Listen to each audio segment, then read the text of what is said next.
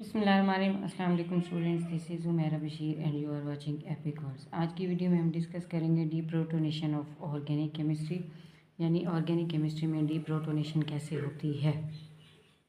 Basically deprotonation की definition सबसे पहले हमें समझ लेनी चाहिए कि वो क्या होती है। Deprotonation is a removal of A proton which is hydrogen ion from a molecule or ion. This is called deprotonation.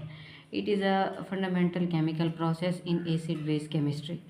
डिप्रोटोनेशन basically क्या होता है, किसी भी मॉलिक्यूल से removal of proton like H ion from any molecule, और ये एक fundamental chemical process होता है एसिड बेस केमिस्ट्री में।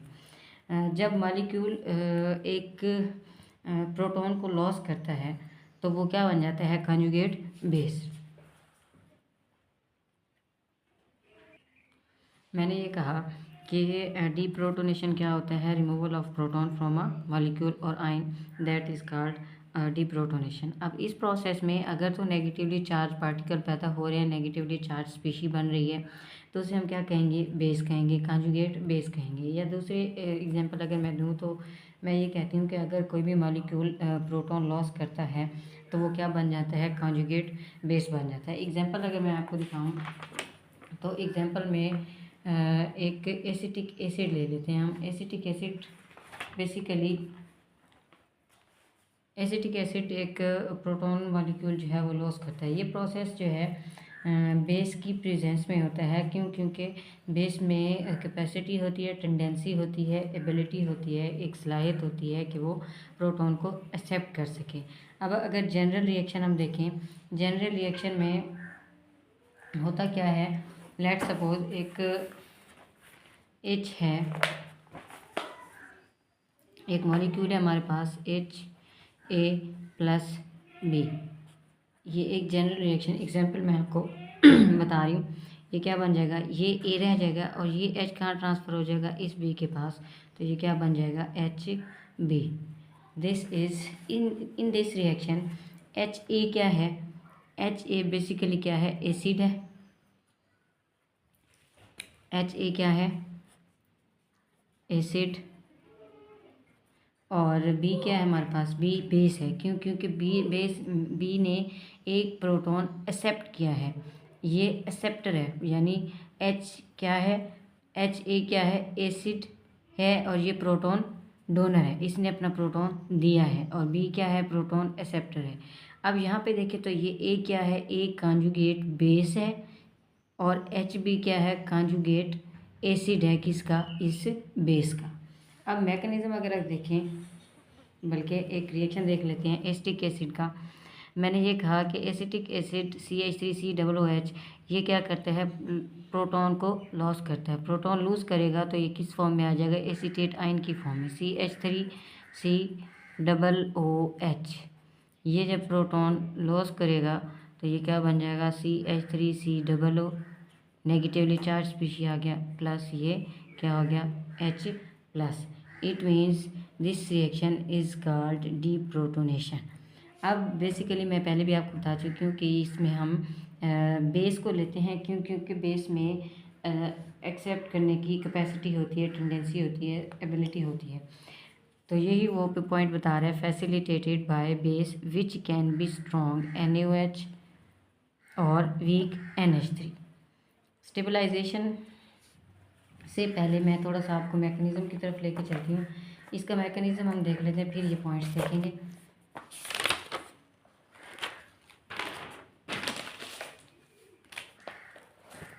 ये है जी मैकेनिज़्म। अब मैकेनिज़्म को अगर आप थोड़ा सा गौर से देखें, मैकेनिज़्म क्या है, let's take an example. Mechanism में ये देखें जी, ये है हमारे पास एक मॉलिक्यूल। अब ये मॉलिक्यूल क्या करता है, यहाँ पे हमने एक जो रिएक्टेंट डाला है, बेस है NaOH और वाटर का मॉलिक्यूल है। अब यहाँ से क्या होता है, ये बेंजीन है, यहाँ पे ये ऑक्सीजन का मॉलिक्यूल है, और ये OH है, हाइड्रोक्साइड आयन है। अब यहाँ से होता क्या है, ये जो हाइड्रोक्साइड आयन है, इस हाइड्रोक्साइड आयन की जगह ये जो सोडियम है, ये सोडियम यहाँ पे शिफ्ट हो जाता है।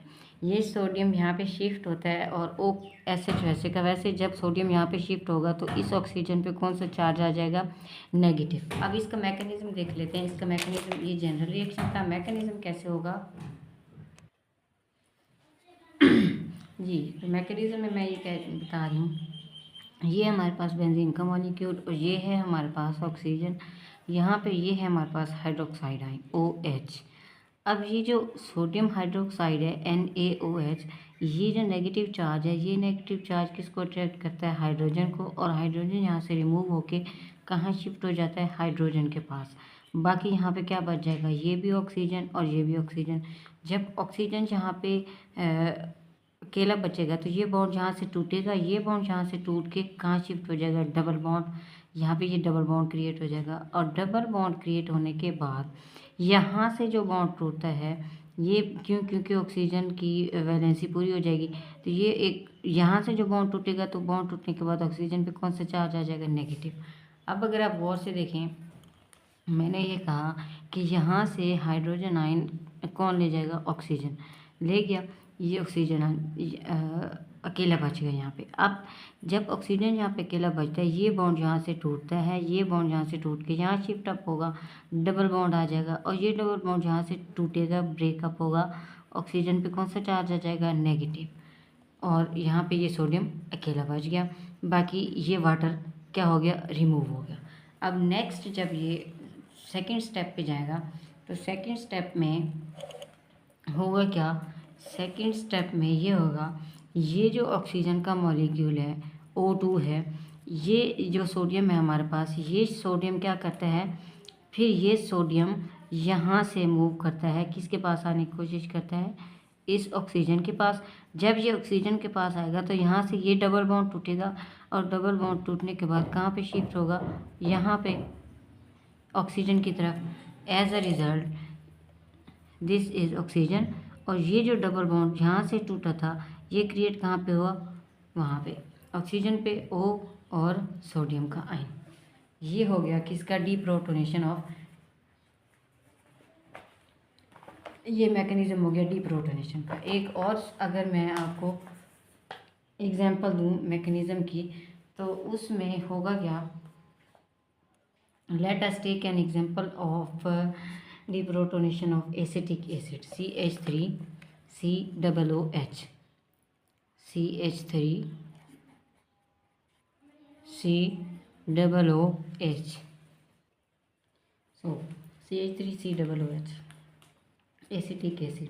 अब ये CH3COOH क्या करता है, ये रिएक्शन करता है किसके साथ, हाइड्रोक्साइड आयन के साथ, OH नेगेटिव। ये क्या होता है, अब होगा क्या, ये जो हाइड्रोजन है ये हाइड्रोजन कहाँ पे शिफ्ट हो जाएगा, यहाँ पे। बाकी क्या बच गया, CH3COO, यहाँ पे क्या आएगा, नेगेटिव चार्ज प्लस वाटर का मॉलिक्यूल। अब इसका मैकेनिज्म अगर देखें तो इसके मैकेनिज्म में होता क्या है, डीप्रोटोनेशन ऑफ एसिटिक एसिड में हाइड्रोक्साइड आयन में क्या होता है, पहला स्टेप है उसमें क्या होता है, हाइड्रोजन आयन रिमूव हो गया, ठीक है। यहाँ पे होगा क्या, CH3COOH, ये जनरल रिएक्शन। और यहाँ पे हम क्या लिखेंगे, mechanism,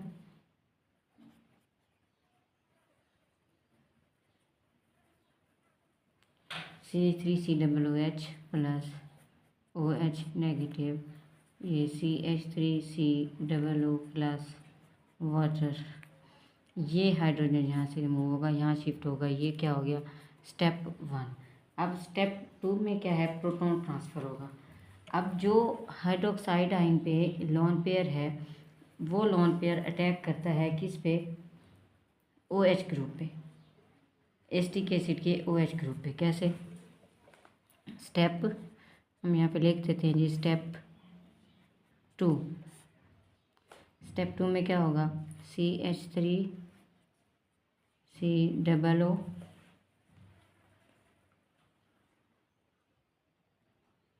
proton transfer, H plus OH। अब यहाँ से क्या होगा, ये जो प्रोटॉन है, ये हाइड्रोजन है, ये एक प्रोटॉन है, ये प्रोटॉन कहाँ शिफ्ट हो जाएगा, ये लॉन पेयर अटैक करता है OH group of acetic acid पे, ठीक है। और यहाँ से क्या होगा, एक बॉन्ड बन जाएगा between oxygen of hydroxide ion and the proton simultaneously, और OH बॉन्ड जो है एसिटिक एसिड में ये ब्रेक हो जाएगा। ये जो OH का बॉन्ड है, ये OH बॉन्ड क्या हो जाएगा, यहाँ से ब्रेक हो जाएगा, और इलेक्ट्रॉन जो है सेम इसी के साथ रहेंगे, ऑक्सीजन के साथ नेगेटिवली चार्ज एसीटेट आयन, कैसे CH3COO ये प्लस वाटर। अब इसका जो की पॉइंट है, की पॉइंट हम देखें अगर, तो इसका की पॉइंट ये है कि डीप्रोटोनेशन जो है फेवर्ड होता है उस टाइम जब कांजुगेट बेस स्टेबल होती है। इसका फर्स्ट की पॉइंट अगर हम लिखें तो वो क्या बनेगा, conjugate base is stable. Deprotonation उस वक्त फेवर में आएगा जब कांजुगेट बेस जो है वो क्या होगी, स्टेबल होगी।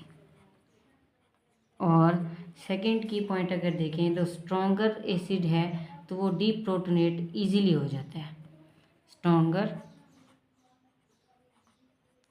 स्ट्रॉन्गर एसिड है तो ये डीप्रोटोनेट